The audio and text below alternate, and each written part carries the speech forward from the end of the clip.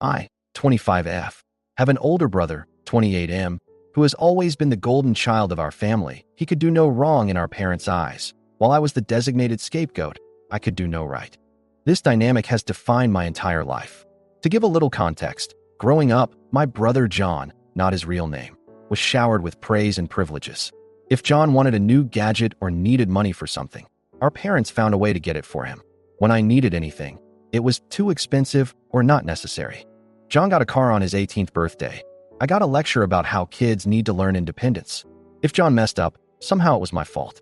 I'm not even exaggerating. He once broke a family heirloom vase during an argument he started, and I was grounded for provoking him. It was insane, but as a kid you think maybe all families are like this. Spoiler, they're not, and it wasn't normal at all. My dad was a busy man, often away for work, so most of my upbringing was handled by my mom. And my mom, well, I suspect she's a narcissist, though she'd never admit anything is wrong with her. She doted on John, constantly telling everyone what a perfect son she had. With me, she was cold, critical, or outright hostile. If I got a B+, it was, why not an A? If I was sick, I was being dramatic. Meanwhile, John could get C's or wreck his car, and Mom would excuse it or blame someone else. Dad sometimes tried to defend me in small ways, but he wasn't around enough to truly see how bad it was, or he just wanted to keep the peace.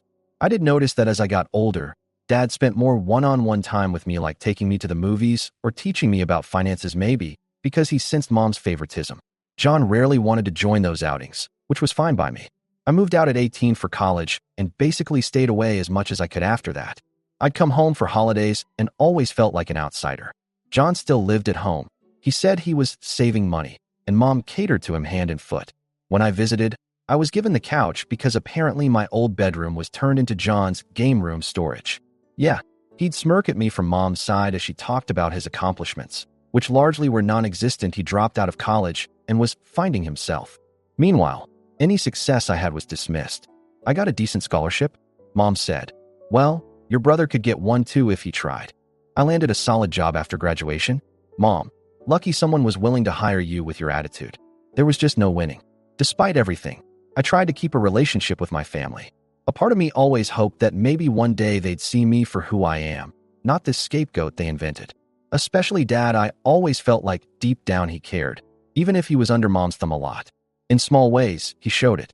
For example, after I got my first job, Dad quietly helped me pay the security deposit on my apartment without telling Mom, saying he was proud of me. It was a small amount of money in the grand scheme, but it meant the world that he acknowledged me. Looking back, that might have been one of the few times Dad quietly stood up to Mom's narrative. Anyway, onto the current situation this year. Things blew up. Sadly, my dad passed away 3 months ago. It was sudden, a heart attack that took us all by surprise. He was only in his late 50s and relatively healthy, or so we thought. I was devastated. Despite everything, he was my dad, and I still loved him and hoped for a better relationship.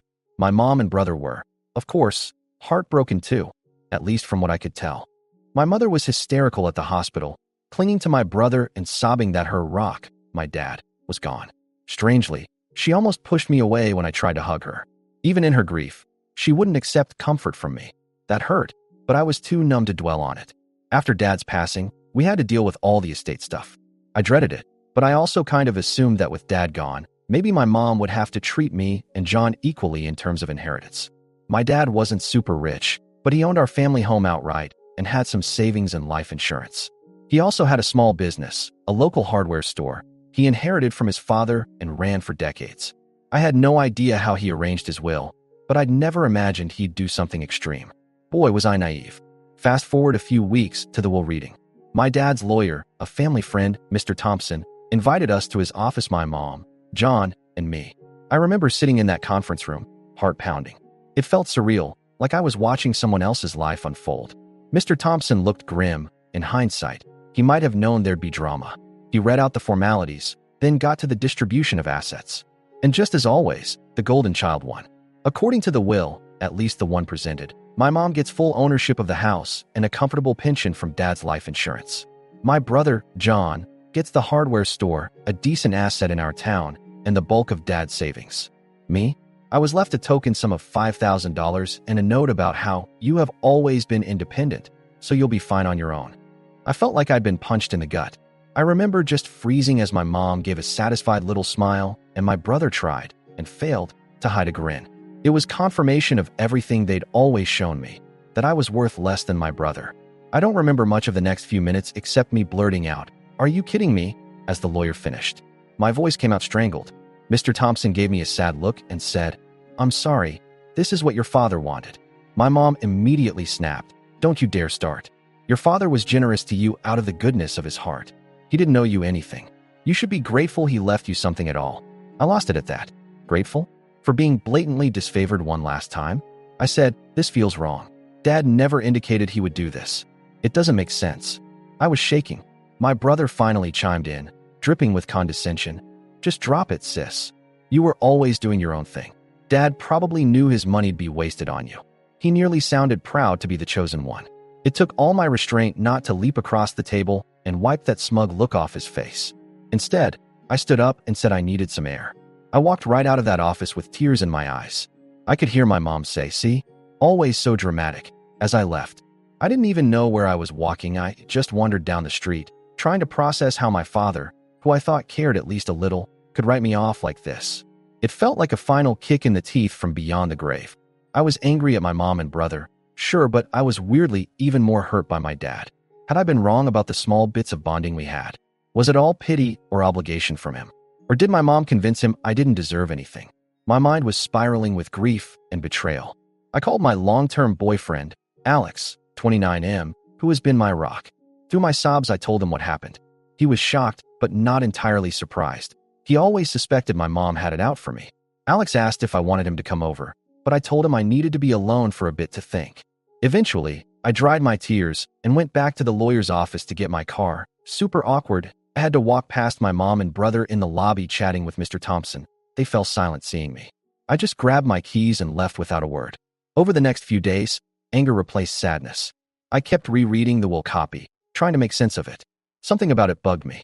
The wording of that note felt off. It didn't sound like Dad's voice at all. He never once said, "You're independent, you'll be fine," as a reason to not help me. In fact, he joked that I was the responsible one, unlike my brother. So why would he reward John's lack of responsibility and punish my independence? It crossed my mind that this could be my mom's doing. She's not above manipulation, but how could she alter a legal will? And Mr. Thompson was Dad's friend. Would he go along with something fishy? None of it added up, but I had no proof. I reached out to my maternal uncle, Mom's brother, who I'm fairly close to. He has always been a bit of a mediator in the family. I asked if he knew anything about Dad's will or wishes. He wasn't privy to details, but said something interesting. About a year ago, Dad had mentioned setting up a trust for me and the future grandkids. I don't have kids yet, but John has a toddler. A trust for me? If that was true, why wasn't it in the will? My uncle was surprised I got so little and recalled Dad saying he wanted to make sure she is taken care of, since you never know with these things. That validated my gut feeling. Dad did want me taken care of. So what happened? Fueled by that info, I did something sneaky. I reached out to Mr. Thompson's junior partner at the law firm under the guise of needing advice on how to invest my $5,000 inheritance. I know, a little petty. During the chat, I casually asked if there were any other documents like trusts or letters from Dad. The junior lawyer checked and said that about a year ago my dad started paperwork on a trust fund for me, but it was never finalized. Dad never brought back the signed documents. Odd. Dad was usually on top of things. If Mom opposed it, maybe that explains it.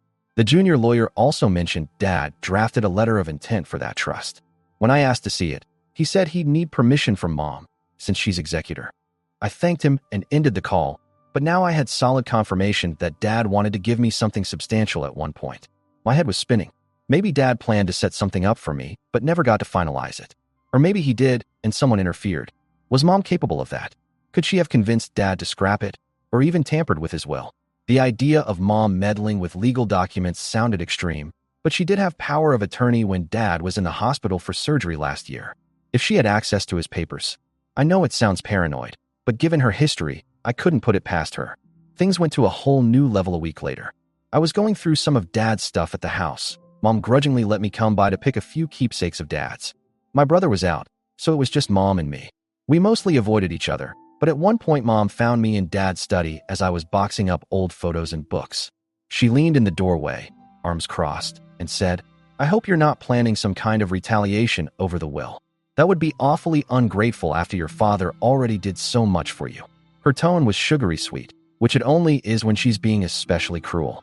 I kept my voice calm and said I'm just here for memories, not money. Half true. I did want Dad's keepsakes, but I was absolutely considering fighting the will. She responded, "Good.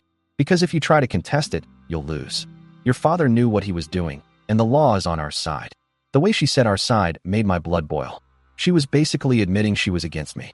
I shot back, "Why would I lose? If something's unfair, I have a right to challenge it." Mom just smiled wider.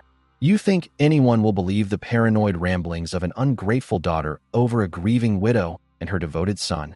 She even patted my shoulder as she said, "Just let it go, dear. You have your life, we have ours. We are family, but this is how your father wanted it. Accept it." I was shaking with rage. I mustered all the calm I could and said, "I just want to know why. Why would Dad do this?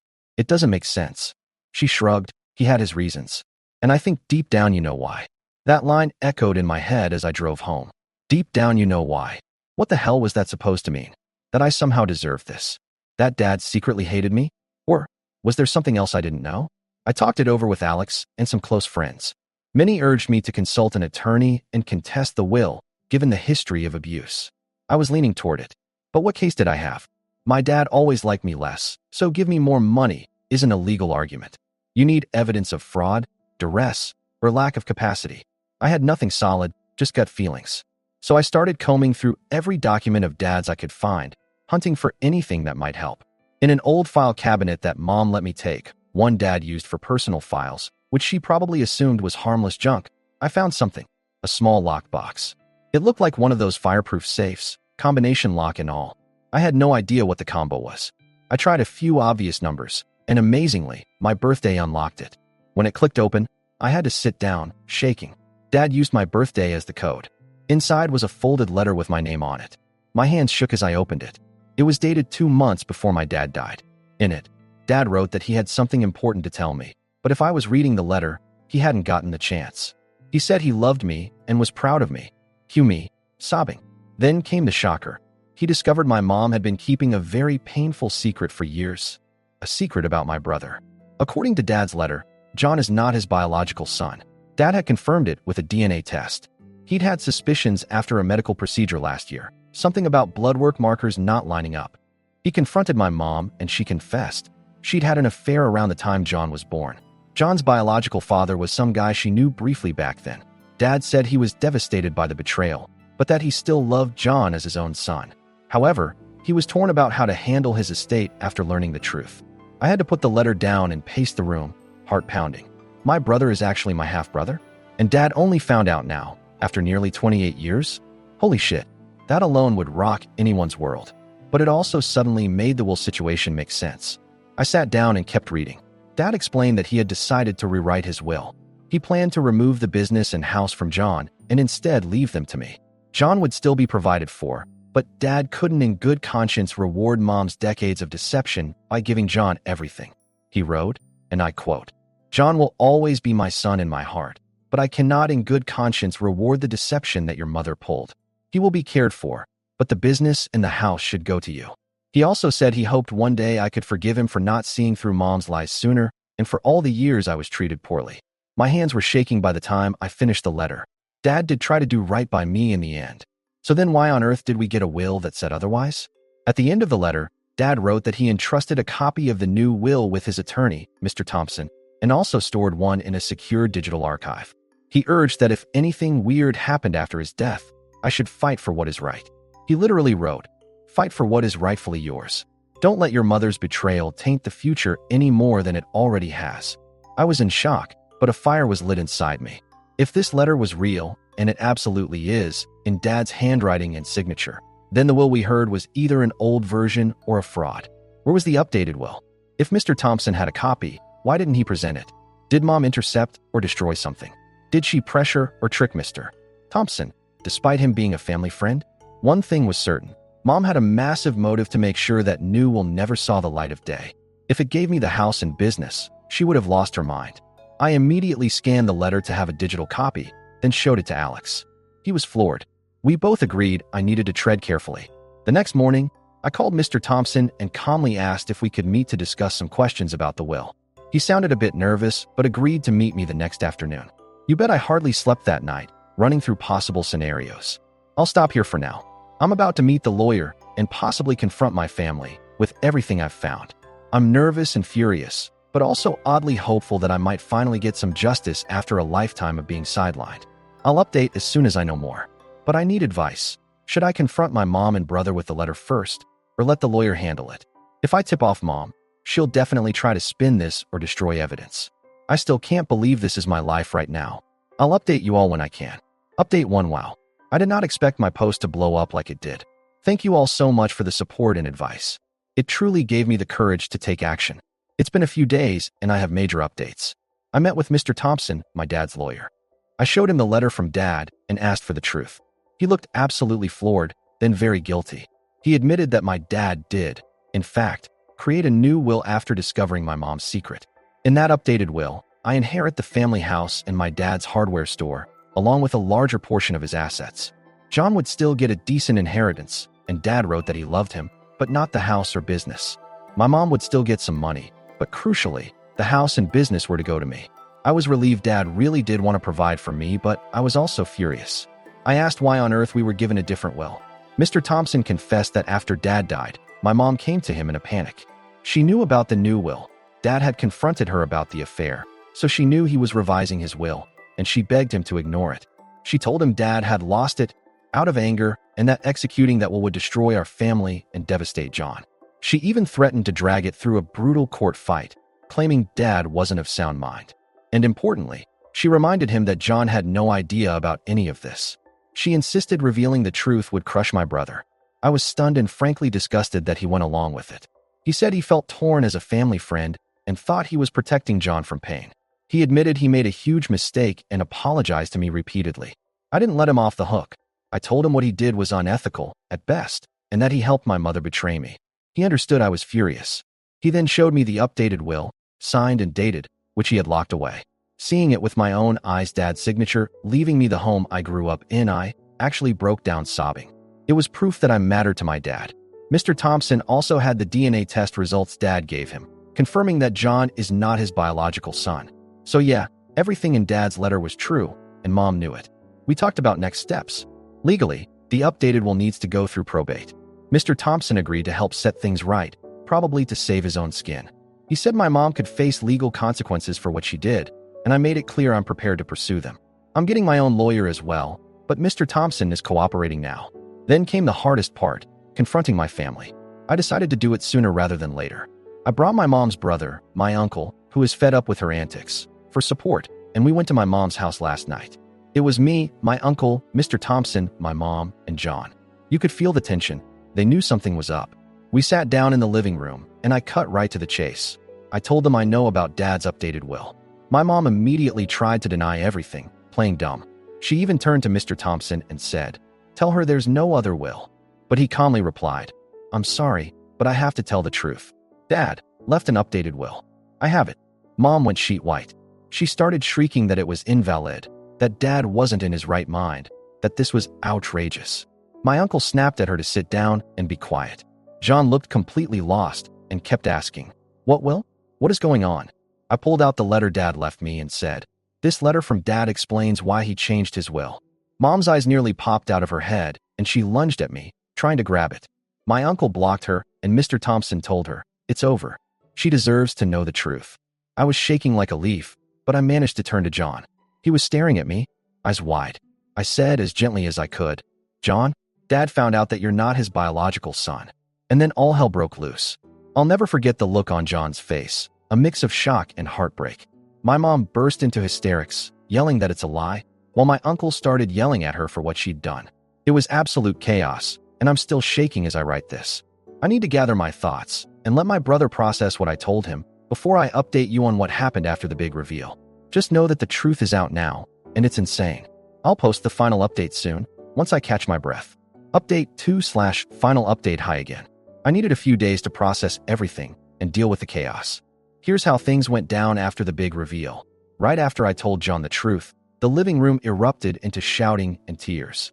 My brother went pale and kept saying, "No, that's not true," looking at our mom for denial. My mom just sobbed, "I'm so sorry." essentially confirming it. John screamed, "How could you do this to me?" at her, absolutely devastated, then grabbed his keys and stormed out of the house. I almost ran after him, but my uncle stopped me and said to give him space. Mom tried to chase John, wailing, "Please, wait." But my uncle blocked her, snapping, "Haven't you done enough?" With John gone, Mom collapsed onto the couch, bawling that she's lost her baby. My uncle was livid and told her this was all a result of her own lies. I'd never seen him so angry. My mother kept blubbering about how she never wanted this and never meant to hurt anyone. I coldly told her that she hurt us all, and I will not forgive her for any of it. She just cried harder. At that point, I walked out. I'd heard enough. I found John in his car, absolutely sobbing. This 28-year-old man, who always acted so tough, looked completely broken. I got in the passenger seat and sat with him. I told him I was so sorry he found out like this. He didn't respond, just cried. Eventually, he started venting, angry, hurt, and confused. He said Mom's over-the-top coddling now made a twisted kind of sense. She was guilt-ridden and overcompensating. He was furious she lied to him his whole life, and heartbroken that Dad died without John ever knowing the truth. I told him again how sorry I was, and assured him that Dad truly loved him and never intended to cut him off. Dad left him something in the will, after all. Through tears, John eventually choked out, "I'm sorry. I was such a jerk to you." I teared up and told him I forgive him and that none of this was his fault or my nits on Mom. We sat together for a long time and even hugged. I honestly never thought I'd have a moment like that with my brother. As of now, John has moved out of Mom's house. He's staying with a friend and not speaking to her. He sent her one message saying he needs time and she is not to contact him. I think my mom is in shock. Her golden child has never shut her out. My uncle and other relatives know the whole story now, and they're all disgusted with Mom. She's basically hiding out at home, mortified. She did email me a rambling apology/excuse letter, but I haven't replied. I have nothing to say to her right now. On the legal side, Mr. Thompson submitted the updated will to the court. Given the evidence, the will, Dad's letter, DNA results, and Mr. Thompson's testimony about Mom's interference, Mom doesn't have a leg to stand on. I doubt she'll contest it and risk even more fallout. Her lawyer has hinted at wanting to settle to avoid any criminal fraud issues. I'm letting my attorney handle it. The key thing is, Dad's true wishes are going to be honored. So, I will be inheriting the house and the store as Dad intended. Mom will get whatever smaller amount Dad left her, much less than she expected, and John gets what was designated for him. My mom is, awkwardly, still living in my house for the moment. I'm holding off on any moves until the estate is settled, but once it is, she'll have to leave. Part of me wants to kick her out immediately. She certainly would have left me with nothing. Another part thinks I should give her a short grace period to find somewhere else. I'm genuinely torn. What would you do? I'm also deciding what to do with the hardware store. It was Dad's pride and joy, and I want to do right by it.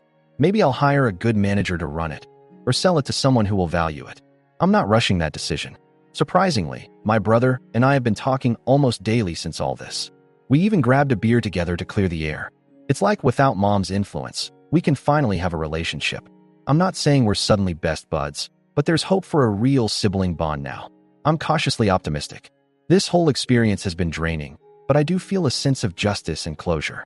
Dad's wishes are being respected, which is all I wanted. My mom is facing the consequences of her actions. She's lost the trust of both her children and her reputation in the family. The golden child/scapegoat dynamic that ruled my life is over. I don't celebrate my brother's pain, but I'm relieved he's out of Mom's fog and finally understands what I went through. And I'm grateful that after years of being sidelined, I finally got to stand up for myself and be heard. Going forward, I'm focusing on healing. I plan to start therapy to unpack all this. As for Mom, I have no intention of speaking to her anytime soon. Maybe someday, if she genuinely changes, not holding my breath, I might listen to what she has to say, but that's a big maybe. Right now, I'm prioritizing myself and my future. Thank you to everyone here who encouraged me to fight. If you made it through this saga, thank you for reading. I'm looking forward to much calmer, happier times ahead. And to anyone out there who feels like the family scapegoat, you're not alone and you're not crazy. Trust your instincts and stand up for yourself if you can. The truth can come out, and when it does, it can change everything.